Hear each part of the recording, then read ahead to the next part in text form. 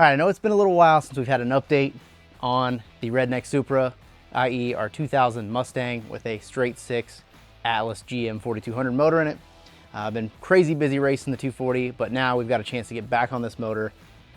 As you can tell, the motor is in and it is freestanding. So I'm gonna walk you guys today through how I made some custom motor mounts for it, as well as the transmission mount. We do have a 5-speed transmission. This will be a stick car, so everybody who wants a stick car project, this is the one for you. Although I have an update coming later, we're gonna change things up a little bit on that. But for now, again, let's go ahead and talk about how we're gonna put motor mounts in this thing, transmission mount, get this thing ready for the next phase of wiring, etc. So let's jump on in.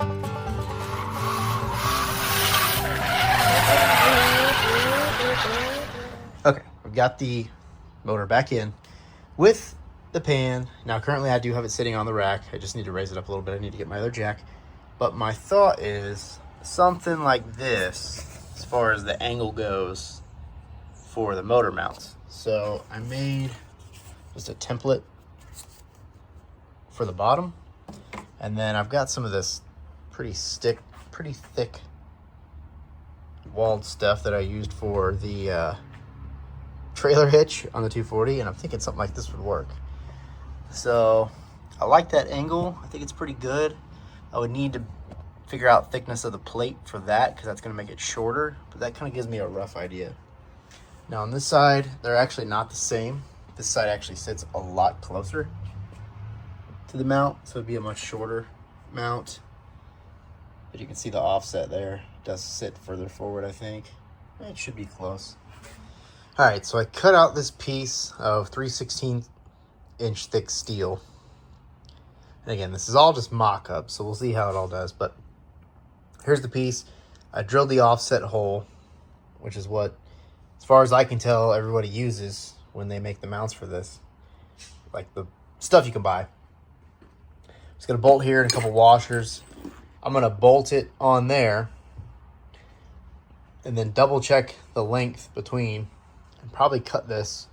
And I think figuring out the angles to cut is gonna be the hardest part of this. And also, I don't have any, I don't have a bandsaw.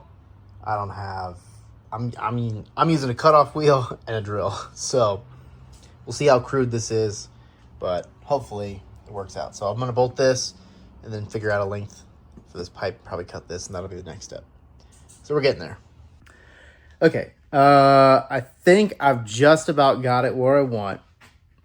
It's not quite in the center of the mounting block that's on the motor, but it's pretty close. So let me flip this around and show you guys. I mean, again, I don't know what I'm doing. I'm just going for it, and I hope it's decent. So let's take a look. So that's where we're sitting.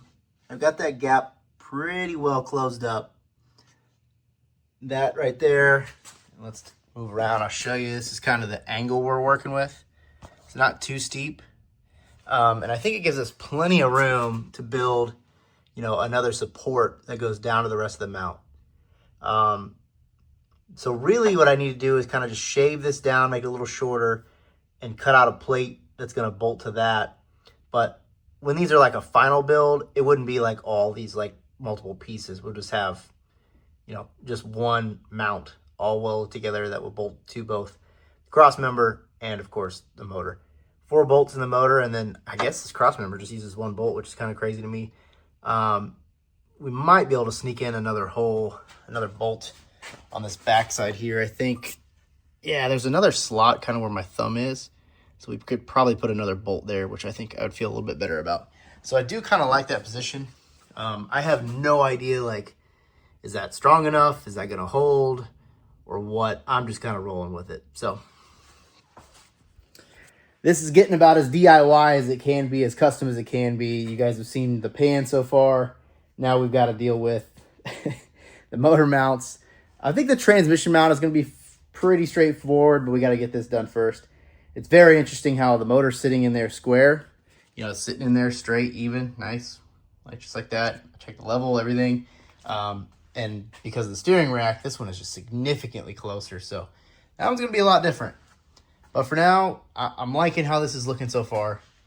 So I'm going to go ahead and just rock this until it's ready to tack weld, and then we'll come back to you guys. Okay, so I've got one mount tack welded. I think it looks pretty good. I've got the level on the engine, just taking a bunch of measurements, trying to make sure this is right. Again, I've never done anything like this before. When I did the LS swap 12 years ago, whatever it was, there was 2 kits available. I bought a kit and it bolted together and easy peasy. I mean, all I had to do was do some wiring. This, totally different animal. Let me show you what I got. I think it looks pretty good. So, boom. There we go. Just tack welded. I'm not a professional welder by any means. It actually looks pretty good. And, I mean, it's not perfect, but it's pretty close. I measured it. I mean, it seems like it's sitting in the middle. I've got it, you know, as far back against the firewall as, you know, I think is going to work. It's not too crazy of an angle. I like it. It seems pretty sturdy.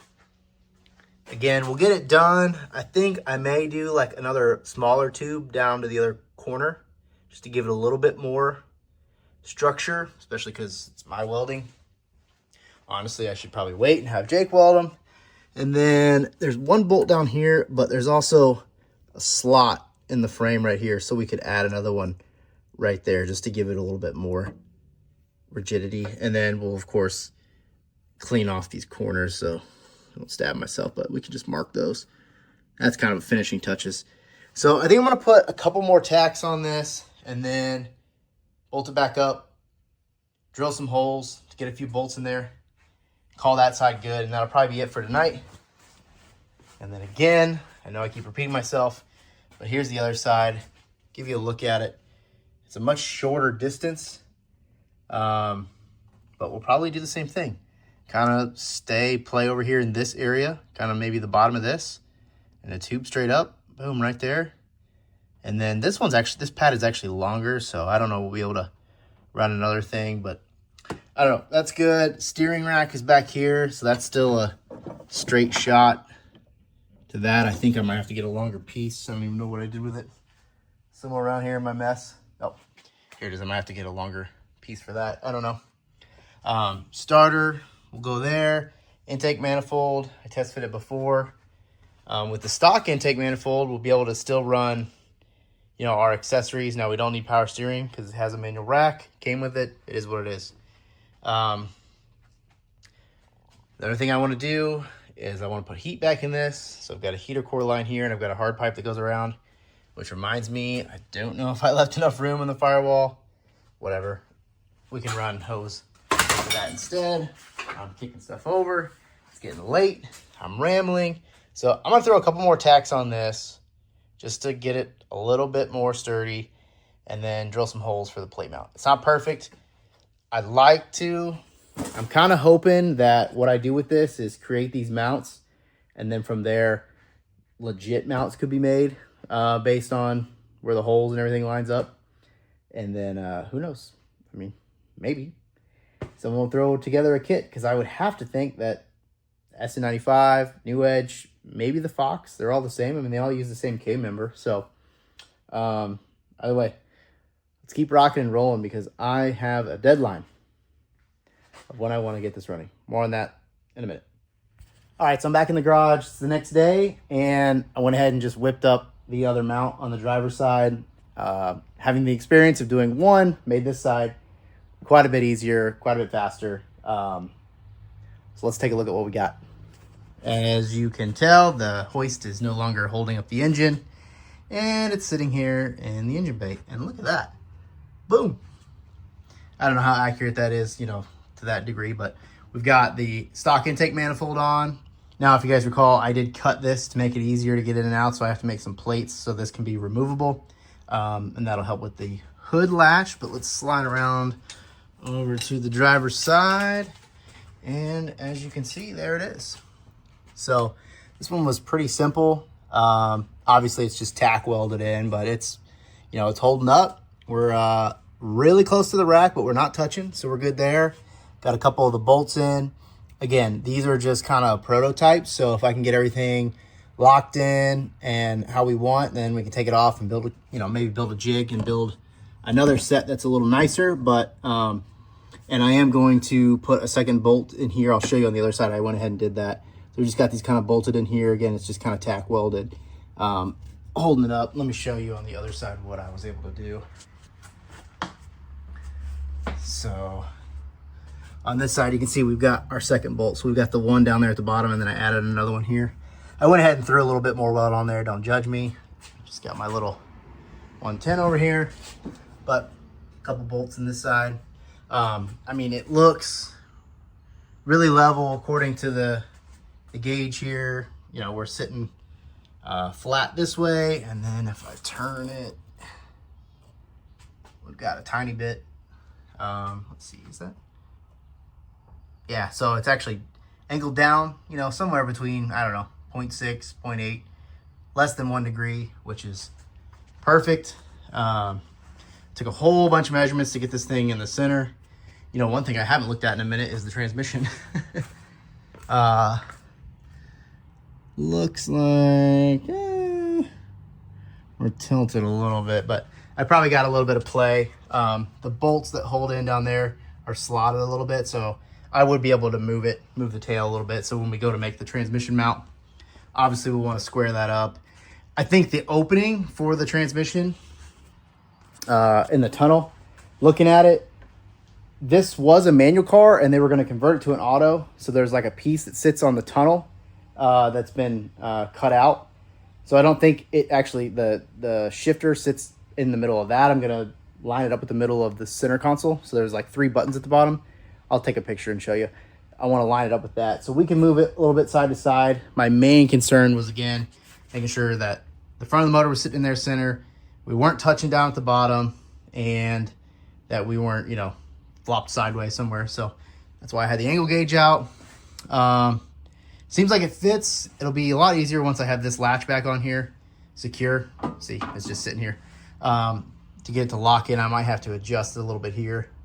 You can see like the oil cap is touching right there, and I think the top of the throttle body touches right there. I'm not concerned about it. I'm betting people will remove that off there anyways. I'll leave it. No big deal. Super excited about that. We've got a ton of room on this side. I mean, for NA, exhaust is just going to run as it is. We'll run it out that way. Turbo, I comically earlier in the build placed a turbo right here and took a picture. I'll post that up there so you can see it. But we'll probably end up just kind of doing a U off the bottom of that manifold. Boom, turbo, downpipe, put the wastegate back in it, run it out the back. Stock intake manifold fits for now. I want to do like the Mustang cold air intake, run it across the top here and then drop it into this hole over here. So we'll get a nice little plate, drop it in there for NA. Turbo wise, we'll want to build like a sheet metal intake manifold, run the tube down. I've got a Treadstone intercooler that used to be on the 240 over there. That's going to fit perfect. They actually make a bumper that holds that, and then we can come up through the same hole, the turbo. So excited about that. This is a big, big accomplishment. So I went ahead and picked up polyurethane mount. It's your standard GM transmission. It's probably very similar to what we have going on in the 240. And I popped off the AR5 mount, which you can see is old. It's actually not in terrible condition, but it is definitely cracked. And I wanted to verify if the spacing was the same. And luckily, it is. So this should bolt right back to our transmission and then gives us these 3 threaded mounts here to build something to get that transmission bolted in. Once the transmission's bolted in, then we can look at finalizing our motor mounts on this dude, and it'll be finally set in place, and we can start building everything else out on it, which I'm really excited for. So I'm gonna bolt this to the transmission, get it level. I got a jack underneath there. You can see that green jack. Get it all in space, you know, side to side on the tail, lined up with the drive shaft, and be good to go. So a few pieces in here. There's a plate, some bolts, all that. So we can have bolted the transmission, start figuring it out. All right, so there's the mount on the transmission, and you can see the 2 mounts for the stock transmission on the right side there, and then on the left side. Now that side sits up a little higher, so we're gonna have to either shim it down or build something. I feel like our motor is turned just a tick clockwise. So I need to take a look at that, because I'd like for it to be sitting flat. Otherwise it sits in there pretty good. So I'm going to address that first, and then really close to being level on this right side, the passenger side, as far as height, but it's definitely going to have to come down. So I need to build something sturdy, something strong, and get that to fit, but not bad. So bolted on, some spacers. Now those bolts are way too long. You can see all the extra threads. And I think my ultimate goal would be to just have something machined out for a solid spacer over there. Similar to, like, I don't know if you guys can see, but how the spacers are for the K-member. You know, something like that, machined aluminum or whatever. So now it's just a matter of figuring out this other side. And I think I left my extra piece up there, so I have to grab it. But same idea, you know, that over there, bolted in, spacer, bada boom, bada bing. So I got to call it a night here, but we'll come back and get that side done, space it out, get the right bolts, and then see if this bad boy will hold itself. And I probably need to put another bolt or two in the transmission, but we'll start that on the next one. All right, so there you have it. The transmission and engine are no longer using jack stands or a jack. Now, if you look real close, obviously there's still a bit to do when it comes to the transmission mount, but this gives me an idea. So I think I'm actually going to lower it down just a little bit more because it's fitting in the shifter bezel a little bit weird on the interior. But this will give us location of the holes, and then I can have something probably made tubular that's a little bit stronger and a little bit better and not have to utilize the spacers. But this will get us in the right direction as far as the engine mounts and the transmission mount. So that is a big step. You can see we've got plenty of room for the exhaust to come back and around the side. I plan to run full exhaust on this NA and with a turbo as our future goal. So yeah, not too bad. Lots of adjustability. We'll bring it down. Let's look inside real quick on the shifter. So there's the shifter. Trying to put the plastic bezel on, it's hitting here a little bit, so I think we do need to drop that down just a little bit. But that does seem to be looking pretty good. I like it. All right, guys, well, that about does it for this video. But before we go, I just want to mention a couple things. I want to show real quick the design that I was trying to make with these mounts. So I'm going to show that on the screen right here. These are actually for, I think, put like a 2JZ in one of these cars. So it's kind of trying to mimic that because it's very similar. Again, rough draft on these mounts. I'm going to redo them or have them redone. One solid piece, solid mount. So we're good on that.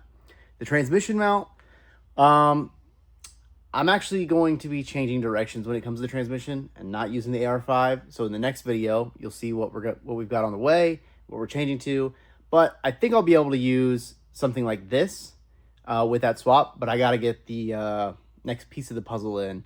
And then after that, we're going to dive into the wiring on this thing. Additionally, I may be picking up another motor. So this may be coming out one more time. We'll see.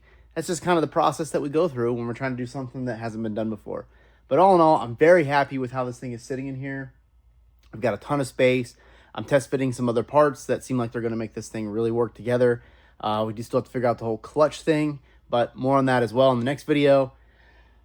I'm happy with it. So if you guys have any questions about the swap so far, 4200 related, anything with the Mustang, etc., be sure to drop a comment down below. Also, if you're not following, got to hit that subscribe button because we are going to run this project all the way through, get it running, try to make it to Atlas Nationals, and then maybe we're a winner, throw a turb ski on it. So we'll catch you guys on the next one, and thanks for watching.